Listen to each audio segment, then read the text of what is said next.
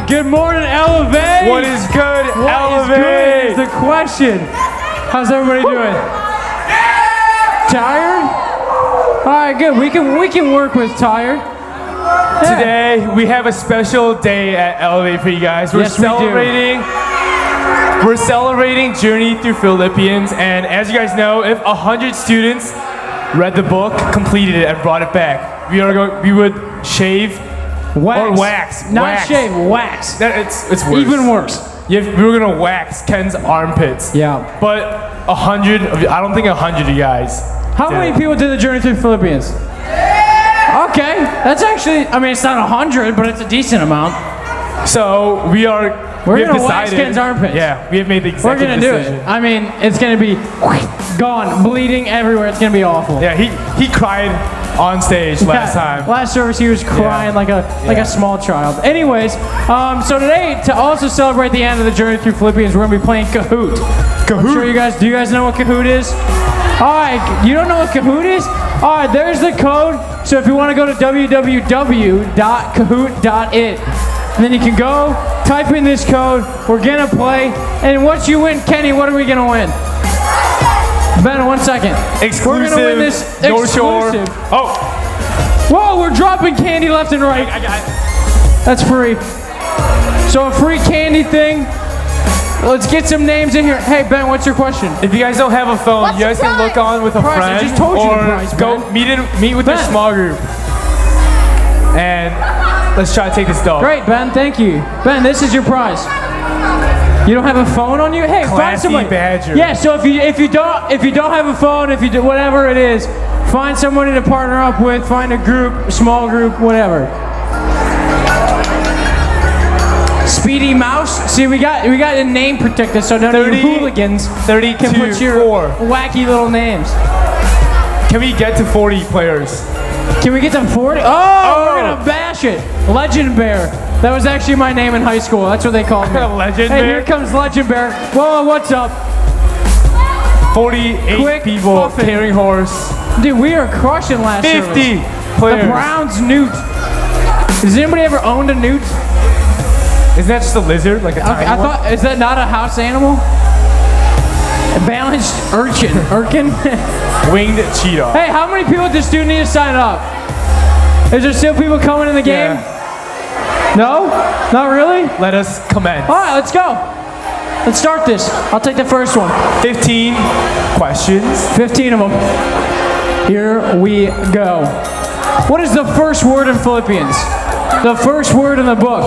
If you read it, you should know that. Paul, Did you dear read brothers, or The. It could be the book of Philippians. I'm gonna give you guys a hint. It's that one. Brothers and sisters. That one. It's one of those. It's that one. It's that one. It's that one. Brothers and sisters, something. Paul. What is it? The answer is Paul. Paul. That's 24 of you thought dear, which is good because that means you know it's a letter. Social koala and Social koala, where are you at? Let's go. And Giving Bunny, they were tied for first. Oh, that's what we like to say. Philippians is referred to as a prison epistle. Which of the following is not? It's not. Do we know? Am I blocking anybody's view right here? Which one of these is not? Galatians. We had a little Colossians. mistake in the first service. Yeah. All of these are all Bible books. It's but- after Titus. Philemon comes after Titus. Oh, really? Yeah, it does. I didn't know that. I had to research it. Okay, good. Good. Then we like that. Giving Bunny has taken the lead. He began What? He which began blank, and then will perform it until the day of Jesus Christ. We should do that more often. All right, what do we got? An uprising? No. What are we thinking? Yeah, what are we thinking? What'd you guys put?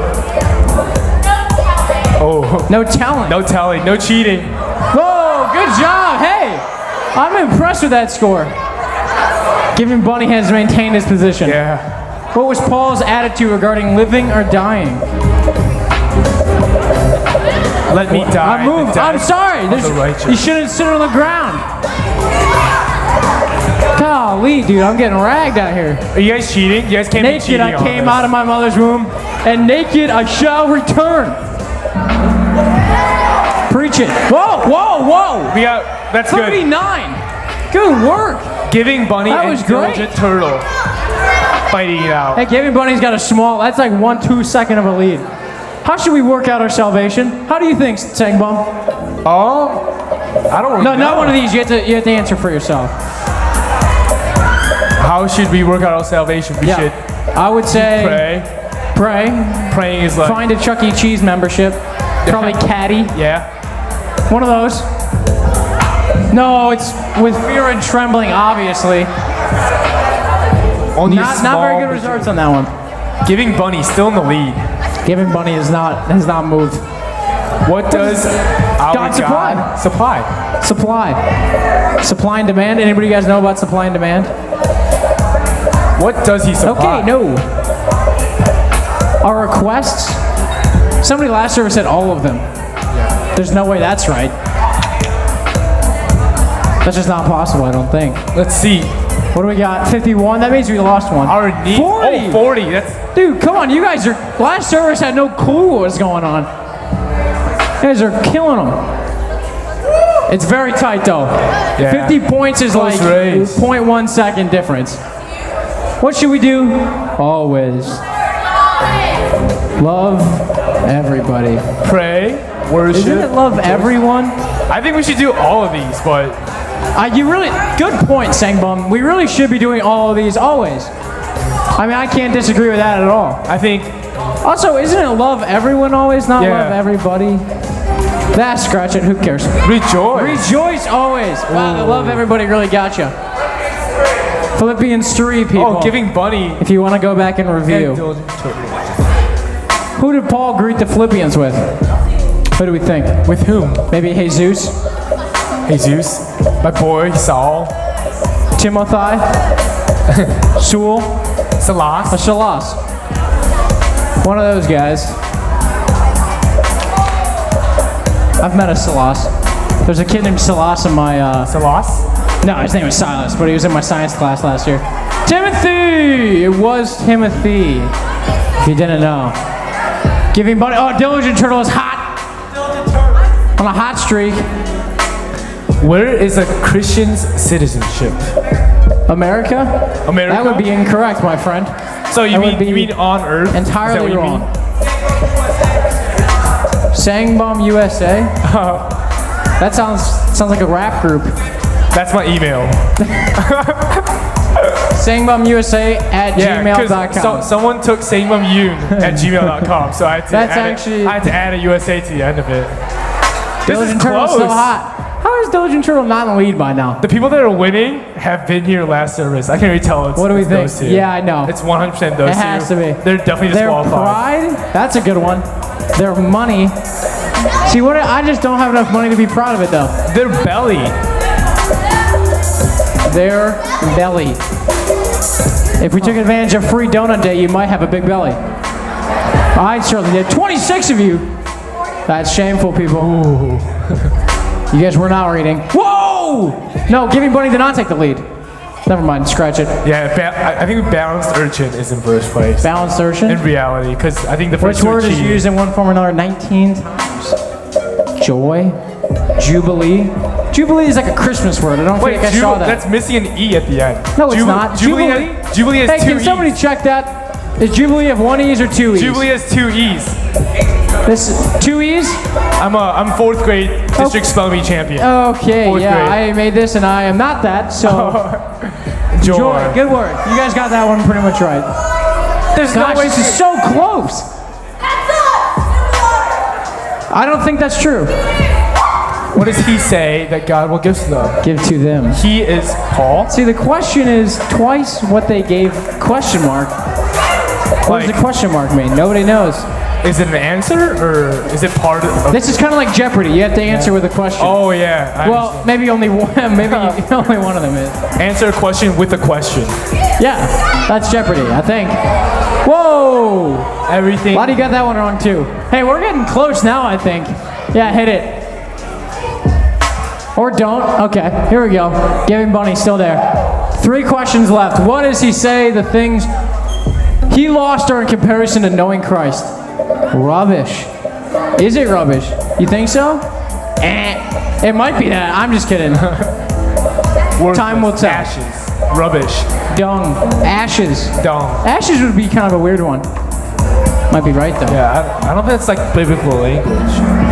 Wow. There are two 4 of answers. you. Rubbish 20 and hey, dung. 2 answers. So you were right. You were right and wrong. Where was the city of Philippi? Adonde. Adonde. Whoa, Donde. look, mixing a little Donde. Spanish. Donde Yeah, the city of está? Philippi was actually in Mexico. It's crazy. Oh yeah. No, that's not true. Persia. Also, another fact check. Is Persia a real place? Persia does not exist anymore. Is that 100% correct? I'm not sure about that. Greece, country. you guys know what it is. Giving Bunny is not. Oh, I think Diligent Turtle missed a question. No. Who wants to see Kenny wax his armpits? There's only one correct answer for this There's question. only one correct answer. It's yes, obviously. Let's go, dude. In about 20 short minutes, Kenneth Norton will be here. Whoosh, gone. Crying. Hair's gone, crying, blood Go everywhere. man. Go man. Going It's gonna be a tough scene for the gone through kids. the army. Can't handle getting his armpits waxed. It's alright. And the winner is. Let's see the podium. 3 is Nimble Otter. Otter. Good job, Lauren. Very good job. Diligent Turtle. Park. Okay, a bunch of leaders. Who won? Giving Bunny. No way is it you. Who's the next? Who is it? No, it was her. It was actually you? Yeah, because she was here last service. Okay, tell me how 3 people who were on the podium were 3 leaders who were here last service. You guys are slacking. Do you guys I even read cannot the book? disapprove of that more. Hey, let's worship people. Let's go. No prize. Cool. Good job, Diligent. Wait, Diligent Bunny won? Good job, Diligent Bunny. You're so diligent. Bunny. All right. Hey, you guys are one step ahead. That's awesome. Yeah, we're going to worship. We're going to sing some songs to God. So let's get it going.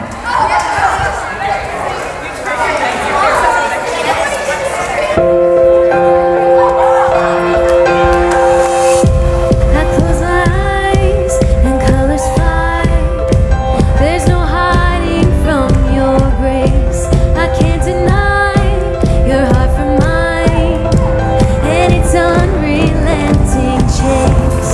I was on the edge of deception, caught up in my own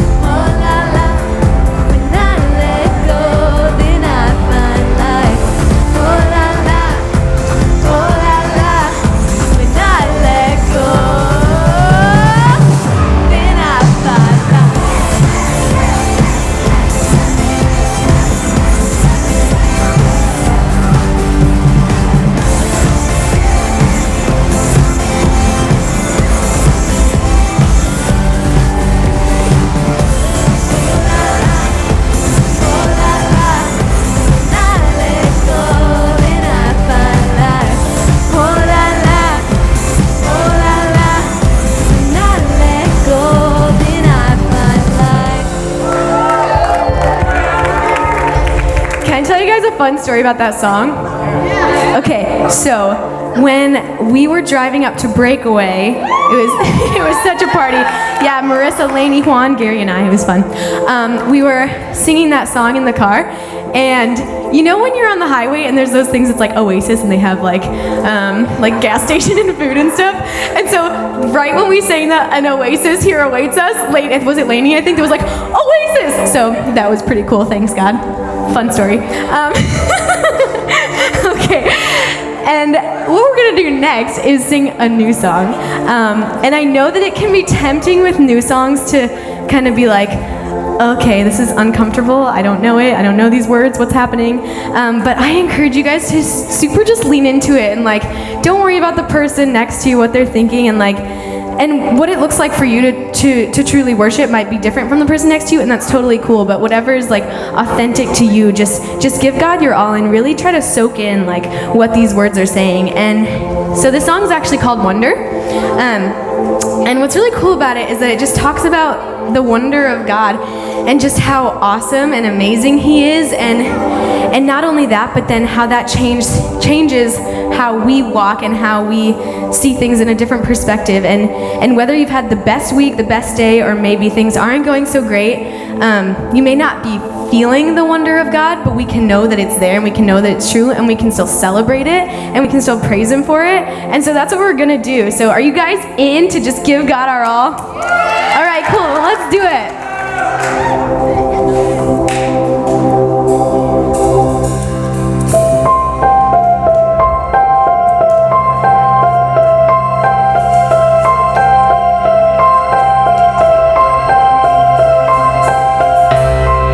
Take a minute if you need to. Just center your heart on God right now. Have you ever seen the wonder in the glimmer of first sight? As the eyes begin to open and the blindness meets the light.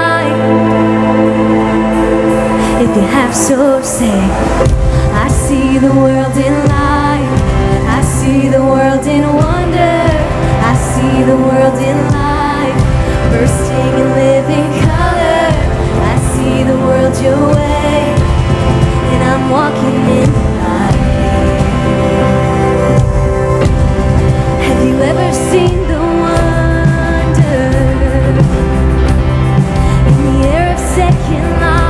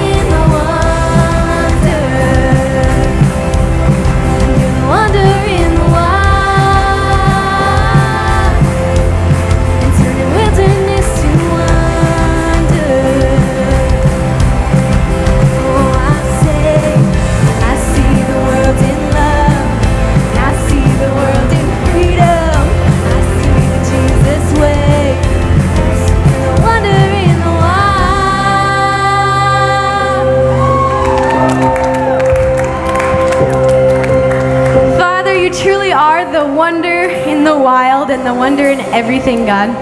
And I just pray that we would remember that and continue to have that perspective and grow that perspective and just know how good and how amazing you are. God, would you receive our praise this morning, and we celebrate you and this journey through Philippians that we've done and gotten to dive in with each other and get to know you more and your word and your heart for us and for this world, God. So we praise you and we just thank you for who you are and the things that you do for us and the love that you have for us. And we pray this all in the mighty name of Jesus. Amen. You guys can have your seats.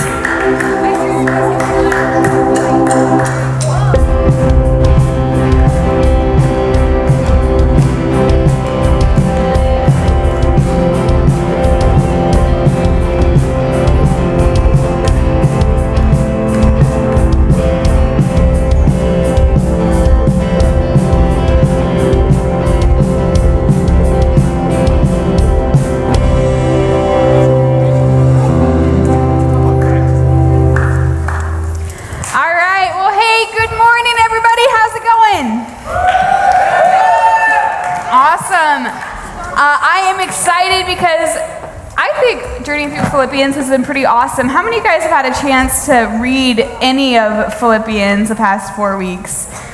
That's awesome. No, it's been so good. And I know a lot of your conversations have been really good in small group. I know I've enjoyed it. But before we jump in, we're going to jump into one of the most famous passages in Philippians, probably in the Bible today. But before we do that, I have a question for you. Okay, so my question for you is this, and I want you to share with the people around you. What is the thing that when it happens, you go from being happy to immediately not happy? You know, like maybe it's something annoying that someone does, or maybe it's something that your sibling does. Maybe it's a test, or just what is the thing that always brings your day down? Does that make sense? Okay, so I'm going to give you 30 seconds. If you don't know the people around you, introduce yourself, tell them who you are, and answer this question.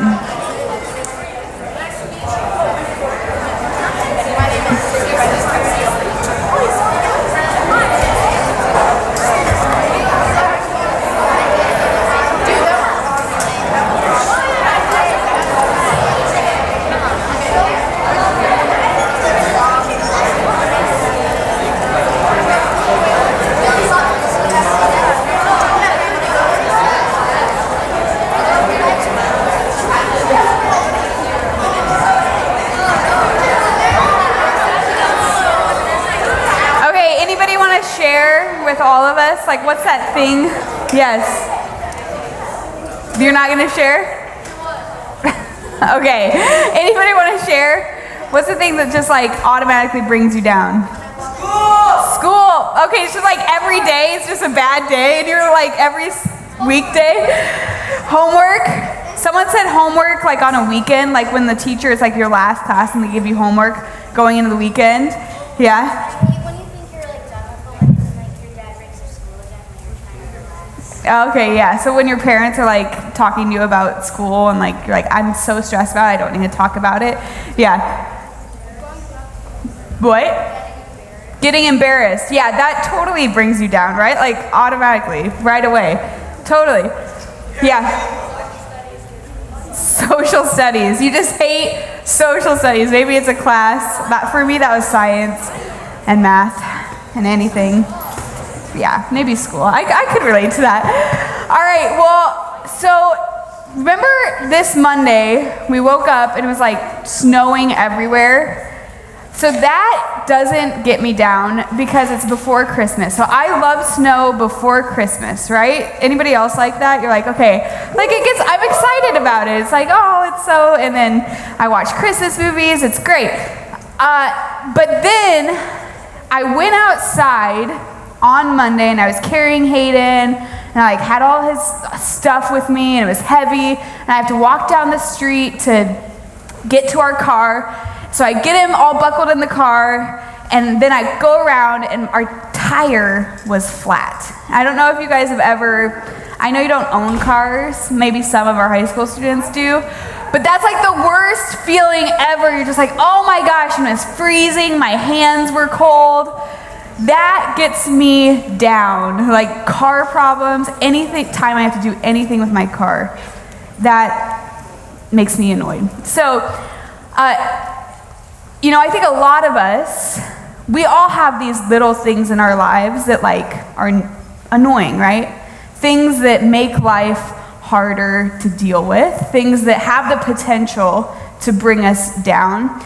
And I think for some of us, maybe we walked in this morning with things that actually are bigger deals, like things that bring us down more than we would even be willing to admit in this type of a setting. Maybe you came in this morning and you have something going on at home that's really hard. Maybe you have a loved one that's sick, a grandparent or a family member, a dog. Maybe you have parents that are fighting or going through a divorce, or you have parents who have gone through a divorce and you have to navigate this world of two different homes. There are a lot of things in our lives that have the potential to really bring us down, circumstances that are hard. And this morning we're talking about this and we're asking the question, how do I be okay when I don't feel okay? Like, how do I be okay when life isn't always okay? Because that's the truth, right? Life isn't always okay. And there are some things in our lives that are really hard to deal with. This is probably no surprise to you, but according to data from the National Institute of Mental Health, 38% of teenage girls struggle with anxiety, have like a diagnosed anxiety disorder. 26% of boys struggle with the same thing. And so researchers have been watching this, and we've been watching these numbers rise and rise, and we're wondering why. And so they started asking the question, why is this? Like, is it something to do with what's happening? Is it something to do with circumstances? And so they started to control the data. And they said, well, maybe if you live in a certain area, then that will contribute to it. Maybe if you live in a certain area, you'll have less anxiety. But that wasn't the case. And so they thought, well, maybe if your family has more money, you'll have less anxiety. But that wasn't the case. And then they ended up doing something. They took out all the circumstances. They took out what race you were, your wealth, your social status, grades, and they found that the same trend was still there. It didn't matter how you changed the circumstances, didn't matter how you changed the situation. The anxiety and the stress didn't go away. And the research is showing that in our world, there's a general discontent. A general discontent. And no matter what you do to change your situation, it doesn't take those things away. And I tell you guys that because I think so often we tell ourselves a story and we say, if I just, get this grade, then I'll be happy, right? Or if I just make the team, then I'll be happy. Or if I just achieve this goal that I've been working to, then I'll be happy. Or if I just figure out what's going on with my friend group, if I just wouldn't have drama in my friend group, then I would be happy. But that's not what the research shows. And our passage this morning is from Philippians 4. If you have your Bible, you can open it. If you have your book, you can open it to that too. But this is what Paul says about our situation, our circumstances. I think it's really interesting because he wrote this over 2,000 years ago, but it's still so relevant to what we're going through today. And this is what he says. He says, I rejoiced greatly in the Lord that at last you renewed your concern for me. Indeed, you were concerned, but you had no opportunity to show it. So Paul's this guy, he's writing these words to his friends that are at this church in Philippi. And he says in verse 11, I'm not saying this because I'm in need, for I have learned to be content, whatever the circumstance. I know what it is to be in need, and I know what it is to have plenty. I've learned the secret to being content in any and every situation, whether well-fed or hungry, whether living in plenty or want. I can do all things through him who gives me strength. And so in this passage, Paul says, I've got the secret. I've learned it. I've learned the secret. I've learned the secret to joy. And I want you to think about this for a minute. Think about Paul's circumstances. If you guys have been reading with us, you know something about Paul. Where's Paul when he's writing this? Jail, right? He's in prison. Paul is literally chained to another guy. He's probably in one of the worst situations you could ever think about. Jail 2,000 years ago is like 2,000 times worse than jail today. I mean, jail's hard today. Prison's hard today. But then, like, there's a high chance that you'll die of infection, of being unsanitary. Paul's in prison, writing this. He's not only in prison because of something bad that he's done. Imagine being in prison because you are doing what God has asked you to do. Imagine that. Imagine taking a step in faith and then because of it, you're in prison. But in the midst of this terrible, terrible situation in Paul's life, he ends up writing one of the most joy-filled letters in the entire Bible. You guys, we did the quiz. How many times was joy written?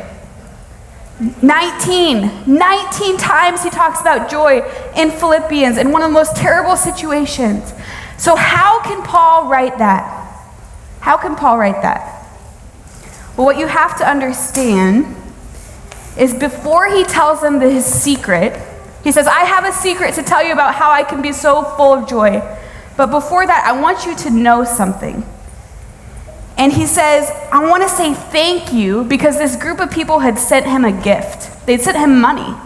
And so he's writing this letter to tell them thank you. He says, it brought me such joy to know that you're praying for me, that you're thinking about me. But then in verse 11, if we can bring up verse 11, he says this, but I want you to know something.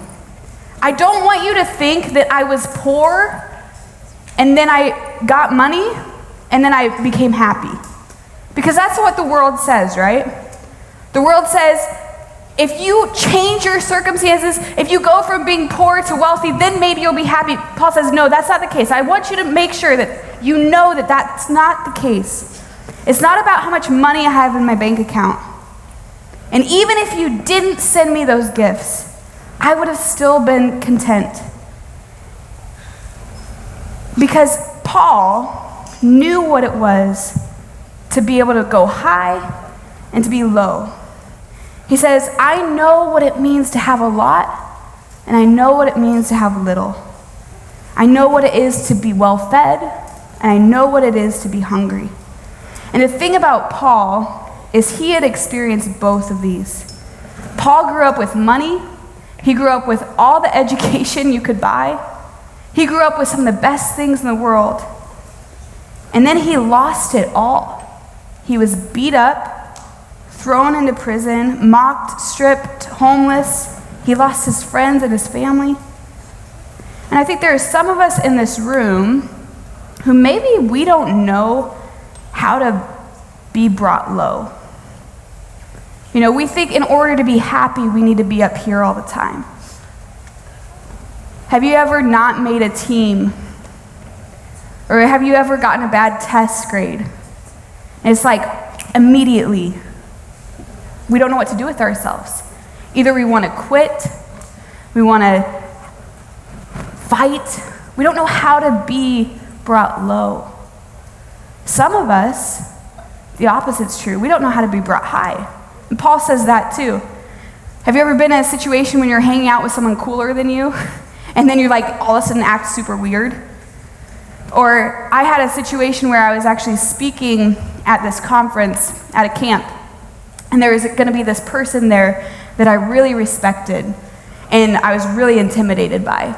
And they came in the room, and I saw them, and I was speaking, and all of a sudden, like, my words got jumbled, and I like didn't know what I was saying, and I was like freaking out. And what I realized was like all of a sudden I didn't care about anything but what that person thought, just because of who they were and their status. Some of us don't know how to be brought high. But Paul says, I can do anything. I can be brought high, I can be brought low. And he says, I will tell you what my secret is. And the secret's at the very end of this passage. I can do all this through him who gives me strength. So how can Paul sit in a jail cell and write one of the most joy-filled letters you'll ever see? It's because of Christ. Because Paul's strength isn't on his own. He's not trying to do anything on his own. He says, I am strengthened by the one who strengthens. I have something in my back pocket that can overcome anything in this world. Paul's strength isn't based off of his circumstances. His happiness isn't based off of where he's at, what position he has. Paul knew how to be okay when things weren't okay, and it was through Christ. And guys, that is the secret of what it means to follow Jesus. And I think there are some of us who walked in this morning, and you have some circumstances in your life that are hard. And I want you to know this morning that Christ wants to carry you through those. That Jesus isn't just some far off person, but that he actually wants to have a relationship with you. That he wants to walk with you. That he wants to carry you through every tough situation in your life, every high, every low. He wants to be in all of it.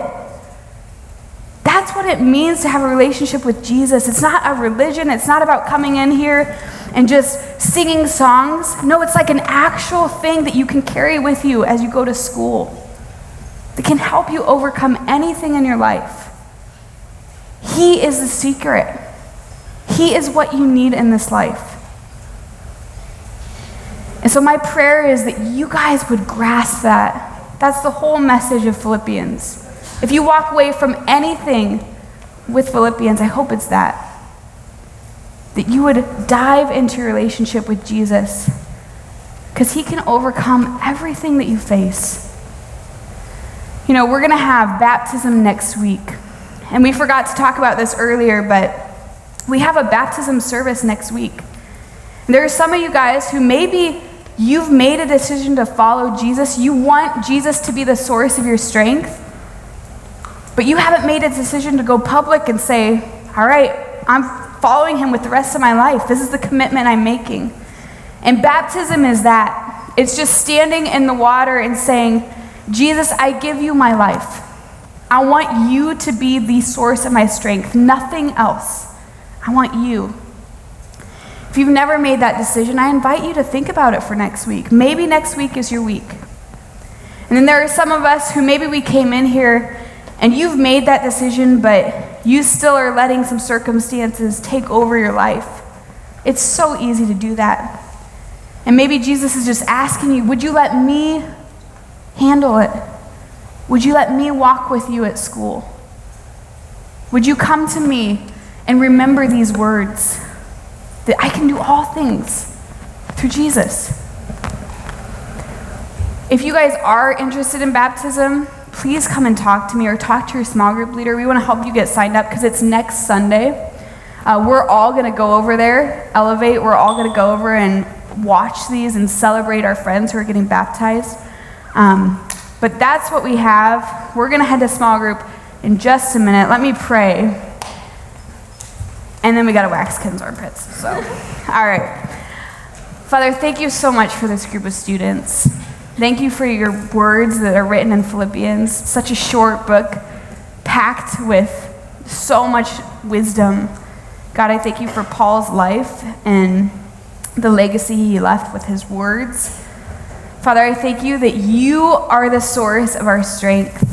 God, I know that a lot of people came in this morning carrying something hard, and there are some things in life that aren't okay. And so, God, I pray that we would learn to trust you with those things and realize that sometimes you use the hardest circumstances in our lives for the greatest story. God, would you help us to overcome them through you? Amen. All right, guys, let's welcome up Ken.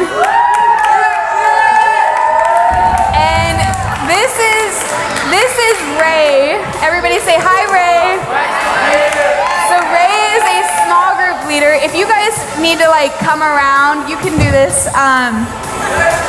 So here's what's gonna happen, okay? So in the earlier service, Ken got one armpit wax. It bled, for sure. And he's gonna get his other armpit wax because we're gonna celebrate Philippians, and what better way than waxing? Okay.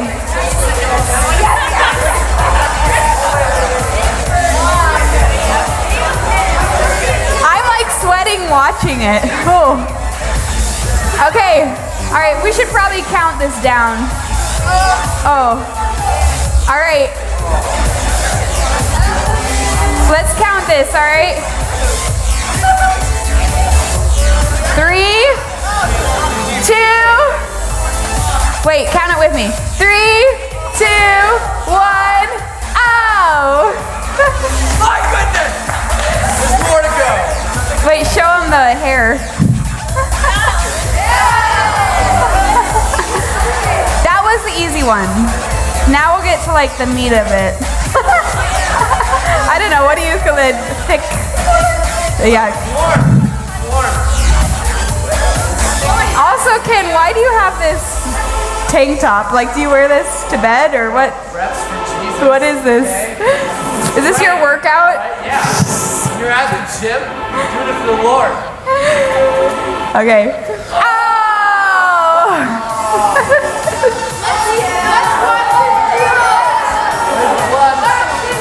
Oh! What? No beard, son. Not a chance.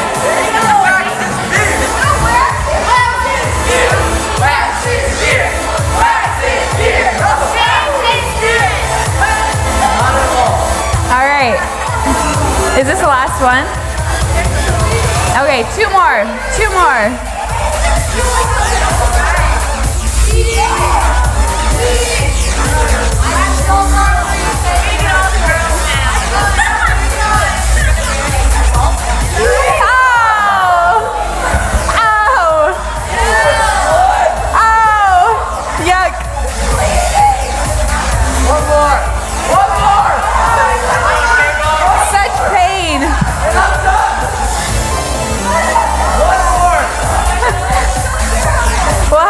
Document the regrowth.